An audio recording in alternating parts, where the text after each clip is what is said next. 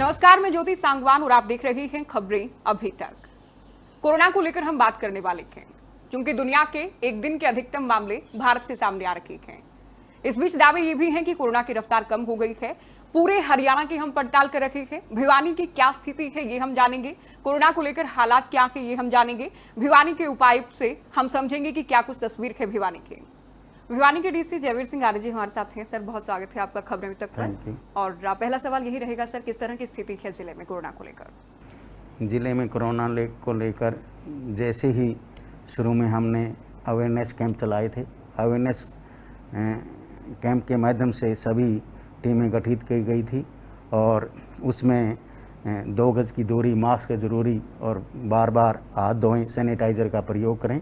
जब तक हमारे पास वैक्सीन नहीं थे, उसके बाद जनवरी में वैक्सीन आए तो फ्रंट लाइन वर्कर्स को वैक्सीनेशन स्टार्ट की गई। सबसे पहले जो एम्बुलेंस के ड्राइवर था भिवानी में सिविल हॉस्पिटल के, वहाँ से हमने वैक्सीनेशन की शुरुआत की।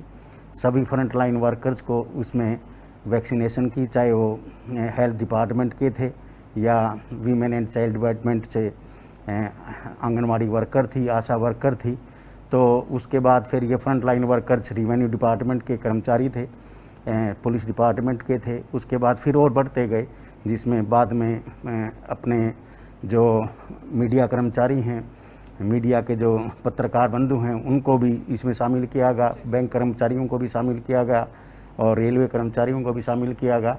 तो इस तरीके से 5,924 फ्रंट लाइन वर्कर्स को वैक्सीनेशन लगवाई गई और 31 हमने वैक्सीनेशन सेंटर बनाए हुए हैं।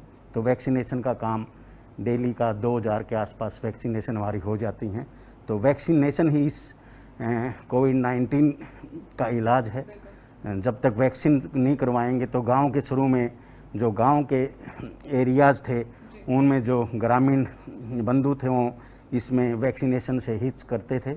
लेकिन अब उन्होंने सभी ने जो अवेयरनेस कैंप हमने लगाए तो सभी ग्रामीण वैक्सीन करवा रहे हैं। तो इस तरीके से वैक्सीनेशन पे हमारा पूरा जोर है। वैक्सीनेशन पर जोर है आप लोगों का। देखिए, दैनिक ग्राफ को लेकर दावे ये हैं कि अब कमी आई है, कोरोना की रफ्तार कम हुई है। क्या भिवानी में भी ऐसा कुछ? हाँ, भिवानी में भी ऐसा हुआ है। हमने जो Haryana villagers health checkup scheme है, जो उसके तहत 284 हमारे पास गांव हैं, तो उसमें हमने सभी 115 गांव अब तक कवर कर चुके हैं। 6,40,867 पर्सनस को हम स्क्रीन कर चुके हैं, उसको ले आए हैं। तो इस तरीके से ऐसे ही हमने आज जो वार्ड वाइज जो गांव हैं, जो शहर है, शहर में भी हमने यही प्रोसीजर अपनाया है कि घर घर स्क्रीनिंग होगी। पीपल जो सस्पेक्टेड हैं उनको आइडेंटिफाई होगा और उनको फिर सैम्पलिंग सेंटर में लाएंगे और वहाँ उनका प्रॉपर बुनियादी करवाएंगे कि इस दिन आपकी सैम्पलिंग होगी। स्क्रीनिंग को लेकर, टेस्टिंग को लेकर लोगों का क्या रुझान था? क्या बचने की कोशिश की गई या फिर सहयोग किया?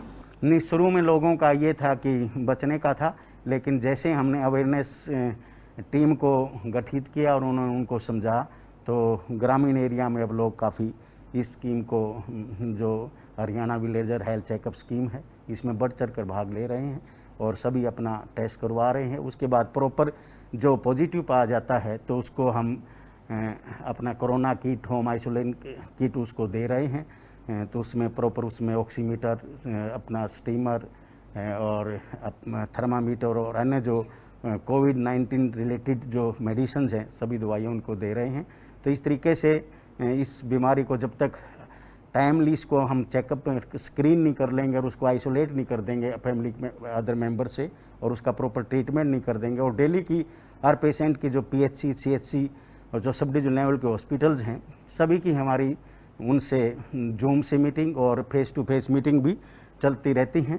तो सभी डॉक्टर्स को कहा गया है कि हर पेशेंट की लिस्ट बनाएं, उसके जो जुरिडिक्शन में है, और उसकी डेली की मॉनिटरिंग करें कि उसका आज ऑक्सीजन लेवल क्या है, उसका टेम्परेचर क्या है। अगर उसको 5 दिन के अंदर भी उसको बुखार नहीं टूटता है और उसको ऑक्सीजन सप्लाई की हमारी प्रॉपर होम आइसोलेशन जो पेशेंट है उनको भी ऑक्सीजन सप्लाई की जा रही है। तो और सिविल हॉस्पिटल, CHC, PHC में भी हमने ऑक्सीजन सिलेंडर और कंसनट्रेटर दिए हुए हैं। तो इस तरीके से जो सीरियस हो जाता है उसको सिविल हॉस्पिटल में ले आ जाता है और कोई उनके घर वाले उसको कोई प्राइवेट हॉस्पिटल में भी ले आना चाहते हैं। तो हमारे पास जो 19 डेजिग्नेटेड हॉस्पिटल्स हैं, तो उनमें उनको एडमिट करवाया जाता है। आपसे अगर जो दर्शकों की बात करें, अभिवानी वासियों की बात करें, कोरोना को लेकर कोई भी बात करनी हो, कोई शिकायत करनी हो, कोई सवाल पूछना हो, तो आपसे किस तरह से संपर्क कर सकते तो हमने 3 कंट्रोल रूम बनाए हुए हैं। एक के जो इंचार्ज हैं DRO लगाए हुए हैं, एक सिविल हॉस्पिटल में बना हुआ है और इस तरीके से एक रेड क्रॉस सोसाइटी में बना हुआ है। 3 कंट्रोल रूम हैं। उन कंट्रोल रूम के जो नंबर, मोबाइल नंबर डेली हम पेपर में भी देते हैं, सोशल मीडिया में भी देते हैं, DC फेसबुक पे भी देते हैं और ट्विटर पे भी देते हैं और DPRO फेसबुक पे भी देते हैं। तो इसका जो प्रचार प्रसार है जो बहुत ही ज़्यादा है, तो सभी लोगों को इसका पता है। इसके साथ साथ हमने जो जितने भी हमारे CHC हैं, PHC हैं, सब डिवीज़न लेवल के हॉस्पिटल हैं, उन सभी डॉक्टर्स का नाम, उसकी क्वालिफ़िकेशन कि वो MO हैं, MD हैं क्या, MBBS हैं, और उसके साथ उसका मोबाइल नंबर और सब हमने सोशल मीडिया में और अखबार में भी दिया हुआ है। सबसे ज्यादा शिकायत आपको किस तरह की मिलती है? क्या स्वास्थ्य सुविधाओं से जुड़ी या फिर नियमों से जुड़े? शिकायतें तो हमें ये मिलती हैं कि लोग लॉकडाउन का पालन प्रॉपर करें, उस चीज़ की शिकायतें मिलती हैं। तो उसके लिए हमारी 18 जो जोन में बांटा हुआ है जिला भिवानी को, उसमें 18 इंसिडेंट कमांडर लगाए हुए हैं और पुलिस अफसर उनके साथ लगाए हुए हैं और उसमें हमने काफ़ी चालान भी इसमें किए हैं।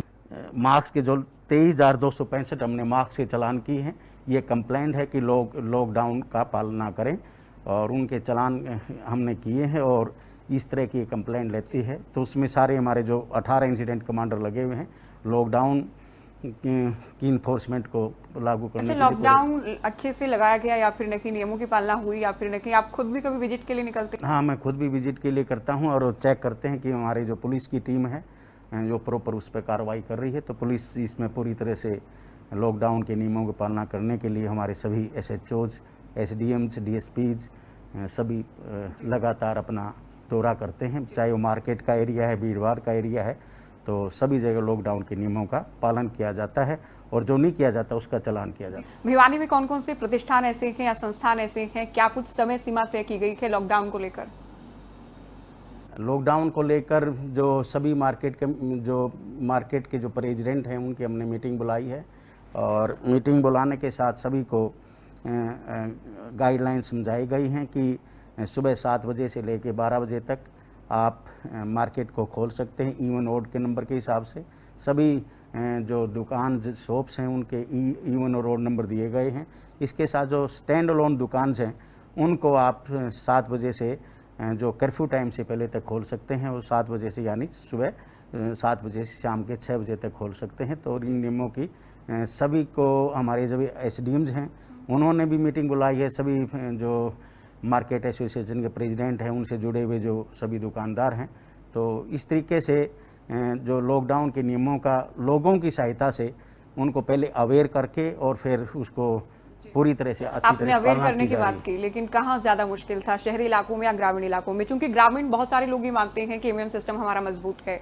शहरी लोगों को अपनी दुकान चलाने की, व्यापार चलाने, रोजगार चलाने की चिंता है। सभी लोगों को समझाया गया है कि हम दुकान अपनी रोजी रोटी तो बाद में भी कमा सकते हैं, एक बार ये अगर हम इसको प्रॉपरली कंट्रोल कर लेंगे सभी।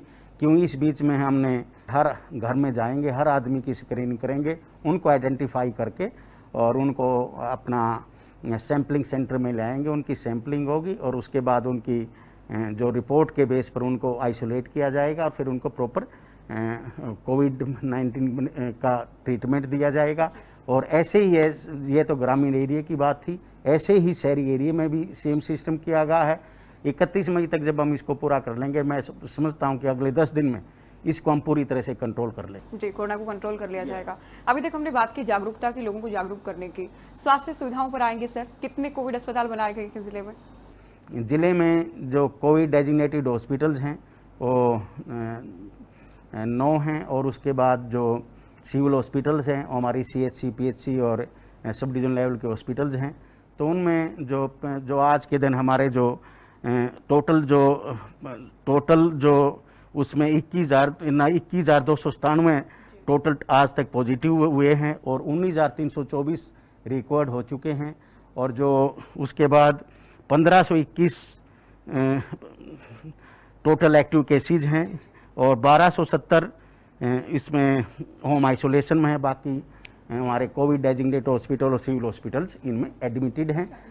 क्या ये भी सुनिश्चित किया गया कि किसी को ऑक्सीजन की कमी ना आए या ऑक्सीजन की किल्लत के चलते किसी की जान कम से कम ना जाए? ऑक्सीजन के लिए हमारे पास 684 ऑक्सीजन सिलेंडर्स हैं। 32 मीट्रिक टन जो हमारे जो ऑक्सीजन रीफिलिंग स्टेशंस हैं, तो उन पर 32 मीट्रिक टन हमारे पास ऑक्सीजन है और ज़िले में वो सरप्लस रहती है। 3 दिन का एडवांस हमारे पास कोटा रहता है और 393 जो ऑक्सीजन सिलेंडर्स हम जो होम आइसोलेटेड पेशेंट हैं उनको दे चुके हैं। और जो इसमें 1 घंटे जैसे वो पोर्टल पर अपना रजिस्टर्ड करता है, 1 घंटे के अंदर हमारी जो रेड क्रॉस के जो वॉलंटियर्स हैं 1 घंटे के अंदर अपनी रेड क्रॉस की गाड़ी लेके उसके पास जाते हैं, खाली सिलेंडर उससे लेते हैं और भरा सिलेंडर उसको देते हैं। और किसी को और नया कोई पेशेंट आता है तो उसको फिर नया सिलेंडर दिया जाता है। तो ये जो रिस्पॉन्स है बड़ा अच्छा है। तो उसमें होम आइसोलेशन के जो माइल्ड सिस्टम्स के जो पेशेंट हैं उनका वहीं पर इलाज हो जाता है, ऑक्सीजन सिलेंडर वहीं पहुंच जाता है। वेंटिलेटर्स की बात करेंगे सर, आईसीयू की बात करेंगे, क्या वहाँ भी तमाम सुविधाएं व्यवस्था? जिले में शुरू में हमारे पास जो सिविल हॉस्पिटल था वहाँ 9 वेंटिलेटर थे और प्राइवेट हॉस्पिटल्स के बाद भी 9 वेंटिलेटर थे। इसको फिर हमने डिमांड रखी कि हमें और वेंटिलेटर चाहिए, तो ये CSR के तहत हमें और वेंटिलेटर मिले। आज के दिन ज़िले में 24 वेंटिलेटर हैं, सभी को हमने चालू कर दिया गया है और जो 24 वेंटिलेटर को ICU में सेटअप कर दिया है। तो 24 वेंटिलेटर के एक ICU यूनिट हो चुकी है हमारे पास। और इसको जो आज जो थर्ड वेव भी एक्सपेक्ट की जा सकती है कि थर्ड वेव आएगी, जो मेडिकल साइंटिस्ट कहते हैं, तो उसके हिसाब से हमने 50 वेंटिलेटर का टारगेट रखा है। और आने वाले समय में ज़िला भिवानी में जो ऑक्सीजन सिलेंडर की सिविल हॉस्पिटल में ज़रूरत ना पड़े और जितने भी हमारे दूसरे हॉस्पिटल्स हैं, चाहे हो सब डिवीजन लेवल के लुवारू में है या सिवानी में है या तोसाम में है, तो उनको भी हम ऐसा सिस्टम बनाएंगे कि सेंट्रल सप्लाई हो ऑक्सीजन की। और ज़िला भिवानी का जो चौधरी बंसीलाल सामान्य अस्पताल है, यहाँ पर हमने ऑक्सीजन प्लांट शुरू कर दिया है। वो आगे जून तक कंप्लीट उसका टारगेट रखा गया, उसको कंप्लीट करेंगे तो सेंट्रल सप्लाई होगी तो ऑक्सीजन सिलेंडर की ज़रूरत नहीं पड़ेगी। तो इस तरीके से हमने ये तो जो सेकंड वे को तो हम कंट्रोल टाइमली कर ही लेंगे और थर्ड वे के लिए हमारा कार्य चल रहा है कि कैसे हेल्थ सिस्टम को sub division level CHC PHC और सब डिवीज़न लेवल के हॉस्पिटल और जो सिविल हॉस्पिटल है इनको कैसे स्ट्रेंथन किया जाए। इसके साथ साथ मैंने जो प्राइवेट हॉस्पिटल्स हैं, कोविड डेजिग्नेटेड हॉस्पिटल्स हैं, उनकी भी मैंने मीटिंग बुलाई है। उनको भी मैंने उनसे भी सलाह मशवरा करके उनको हिदायत दी हैं कि आप भी अपने हॉस्पिटल्स को स्ट्रेंथन करें, उसमें वेंटिलेटर को बढ़ाएं। दूसरी वेव को लेकर बहुत सारी परेशानियां रखी, भगवान ना करे तीसरी लहर आए, लेकिन अगर आती है आपको लगता है कि सिस्टम या सरकार इतना तैयार होंगे? बिल्कुल, थर्ड वे के बारे में इनकार नहीं किया जा सकता। फर्स्ट वे थी, फर्स्ट वे के बाद हम सोचते थे कि सेकंड ना आए, लेकिन सेकंड वे आई। और जैसे जो ग्रेट पेंडेमिक हम पढ़ते हैं 1918 से 1920 में जो चला था और उसमें किस तरीके से 3 साल तक ये चला था और काफ़ी कई करोड़ उसमें डेथ हुई थी। तो हमारी तैयारी है कि पूरी तरह से डेथ को हम बिल्कुल रोकेंगे इसमें। और जब हमारी तैयारी पूरी होंगी तो मैं नहीं समझता कि डेथ ज़्यादा होंगी। तो इसको आज उस टाइम का और आज में फ़र्क है, मेडिकल साइंस बहुत आगे है। तो चाहे वो वैक्सीनेशन का कार्य है, इसको भी टाइमली पूरा किया जाएगा और इसके साथ साथ मेडिकल हॉस्पिटल्स की जो उसको स्ट्रेंथन किया जाएगा और हर आदमी की प्रॉपर स्क्रीनिंग करके उसको आइसोलेट करके टाइमली उसको ट्रीटमेंट दे के टाइमली उसकी मॉनिटरिंग करके तो उस चीज़ को हम करेंगे।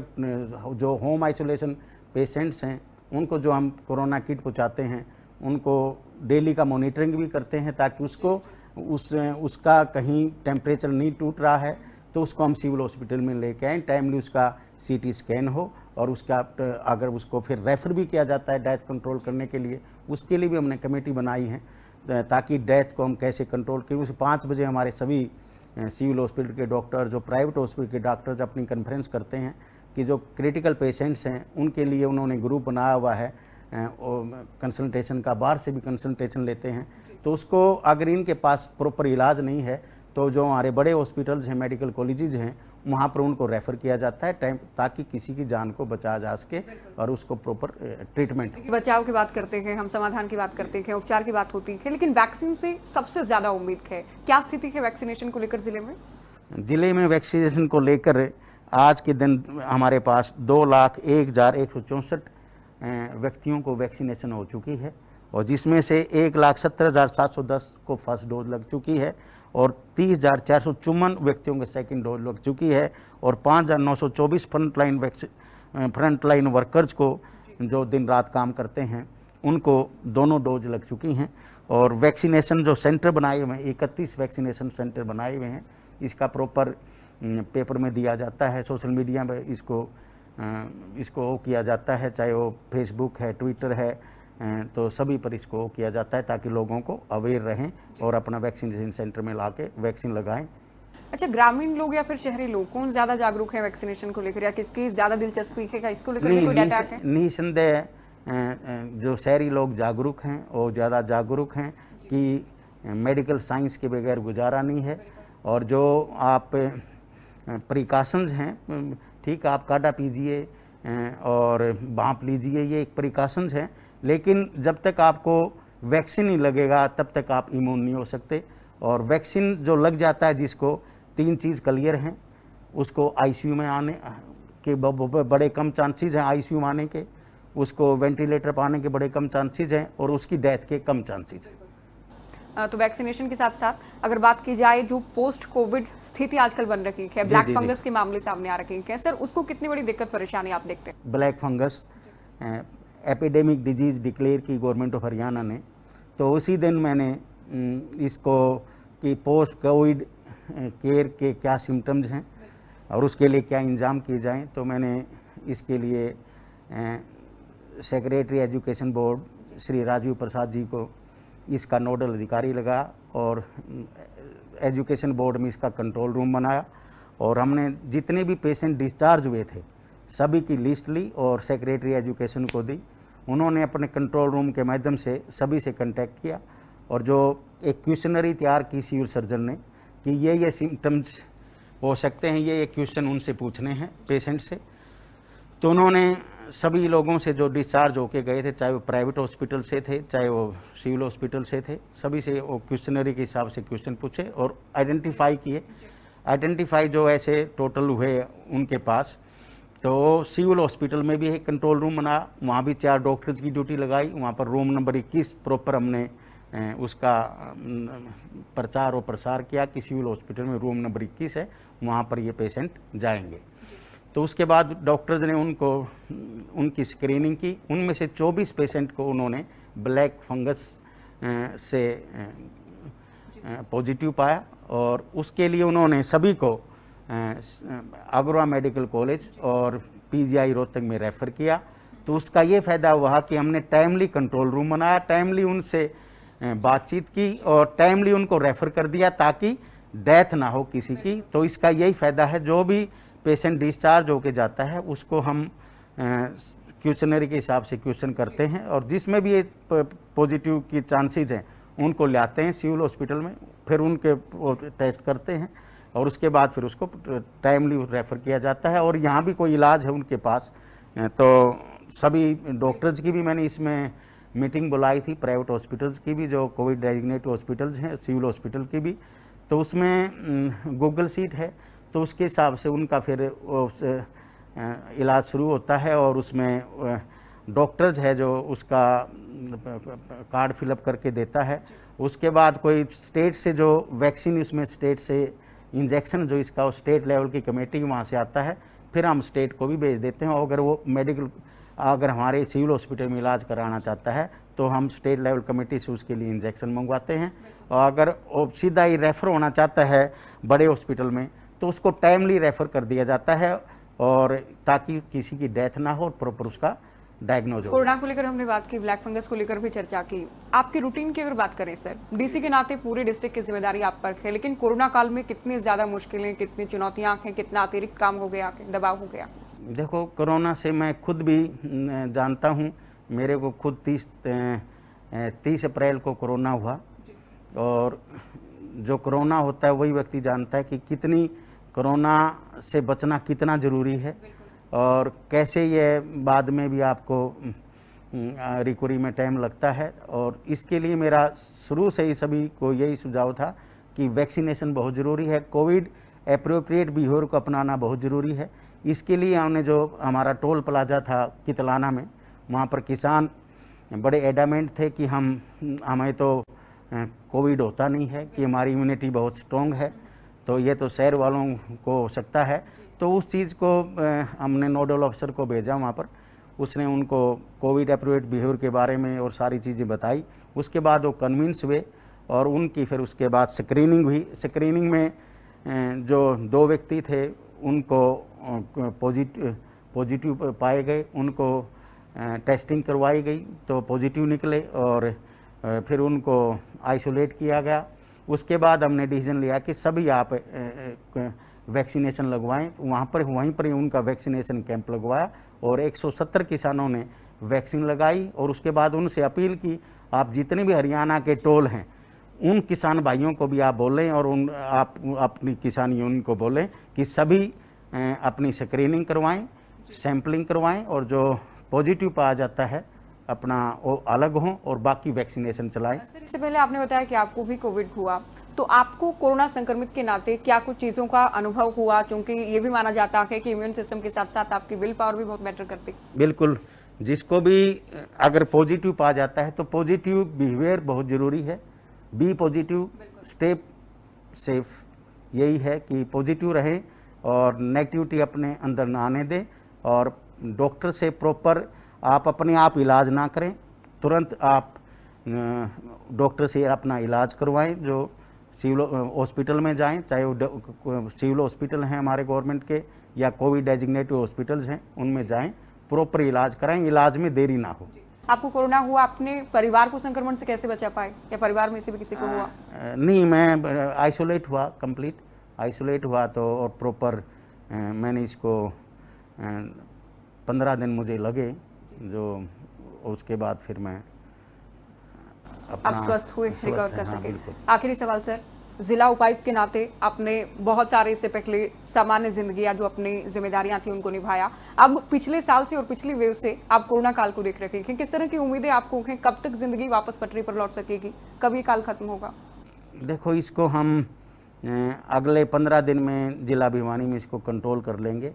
सभी हर घर की, हर पर्सन्स की हम स्क्रीनिंग करेंगे, उसको टाइमली हम उसका अपना सैम्पलिंग करके आइसोलेट करेंगे और उसको अगर माइल्ड सिम्टम्स हैं तो उसको corona kit, home isolate kit वहीं दी जाएगी और उसकी डेली मॉनिटरिंग की जाएगी। जैसे वो मॉडरेट या सीवियर की तरफ आता है उसको तुरंत सिविल हॉस्पिटल में एडमिट करवा जाएगा। तो आने वाले समय में इस तरीके से, चाहे वो ग्रामीण क्षेत्र है चाहे वो शहरी क्षेत्र है, हर घर की, हर पर्सन की स्क्रीनिंग करके 31 मई तक, तो इस चीज़ को हम इस तरीके से कंट्रोल करेंगे। और प्रॉपर जो डेथ रेट के लिए भी हमने कमेटी बनाई हुई है कि उसके पेशेंट से प्रॉपर बात की जाती है, उसके घर वालों से बात की जाती है, डॉक्टर से बात की जाती है जो नोडल अधिकारी हैं, ताकि उसको टाइमली अगर रेफ़र करने की बात है उसको टाइमली रेफ़र किया जाए और उसका प्रॉपर जो,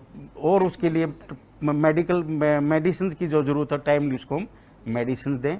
तो डेथ कंट्रोल को भी हमने पूरी तरह से काबू कर रहे हैं और जो ट्रीटमेंट को भी पूरी तरह से काबू कर रहे हैं। तो इस तरीके से जिला भिवानी में अगले 15 दिन में हम काफ़ी कंट्रोल कर लेंगे। जी सर, बहुत शुक्रिया, आपने वक्त दिया, बातचीत की। कोरोना को लेकर भिवानी के क्या हालात हैं ये आपसे जाना, बहुत शुक्रिया।